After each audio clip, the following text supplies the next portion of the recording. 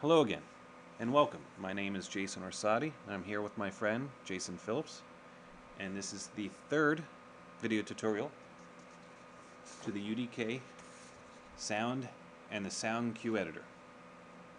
Version number is December 2010 iteration, version 7637 for the UDK. We are from the Guildhall, cohort 15, and today's date is January 27th, 2011. So let's pick up where I last left off. I was explaining what each one of these sound actors are. The blue one, if we look at the properties, is ambient sound simple. The yellow one is an ambient sound simple toggleable.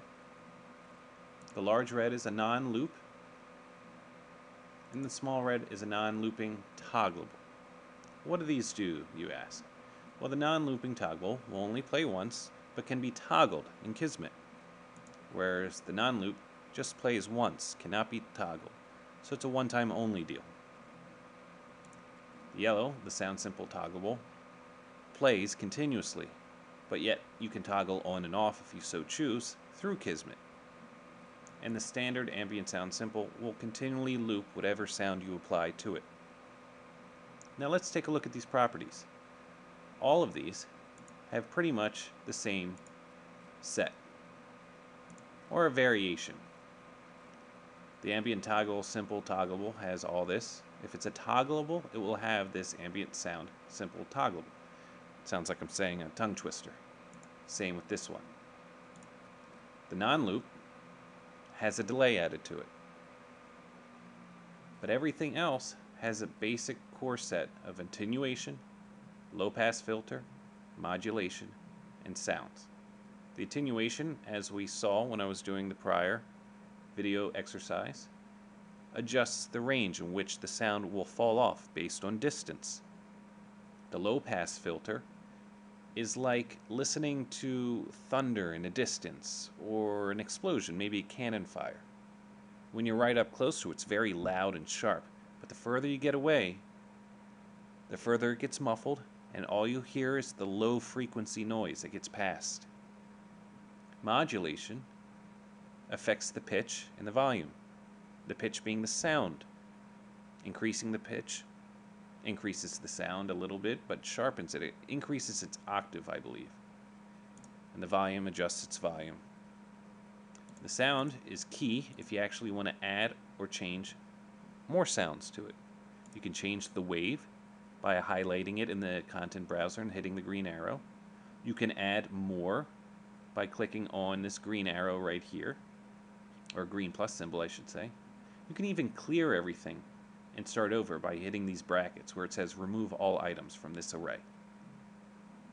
Now I was talking about there were two other sound effects, or sound actors I should say. The ambient sound and the ambient sound movable. Let's take a look at these.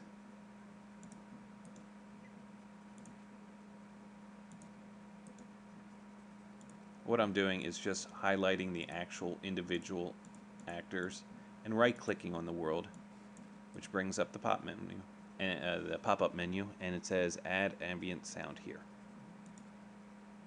Now, if we take a look at that, it doesn't say Add Stereo Wind to it. Why is that, you ask, Jason? Because if we take a look at Stereo Wind from the content browser, it's a sound node wave, and these two will only accept sound cues, as here. What's a sound cue? Well, let's take a look at these properties first. As you can see, it comes with the standard movement, attraction, collision that most other things come with, but the audio doesn't have very many components. You can't really change much with these.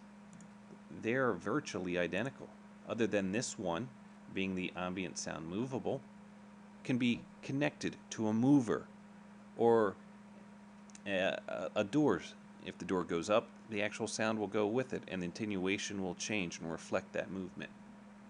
Where this is very much similar to the ambient sound simple, where it's just a stationary ambient sound. But the big difference is that these use sound cues. Sound cues are very powerful because you can control all of the aspects of sound. It's not locked in or hard encoded like these actors where you have attenuation and delay, but you can actually manipulate and change everything with the sound cue. And what I'm going to do is end here and give it off to my friend Jason Phillips, who's going to go over the sound cue and the sound cue editors. And I hope you enjoy. Thank you again.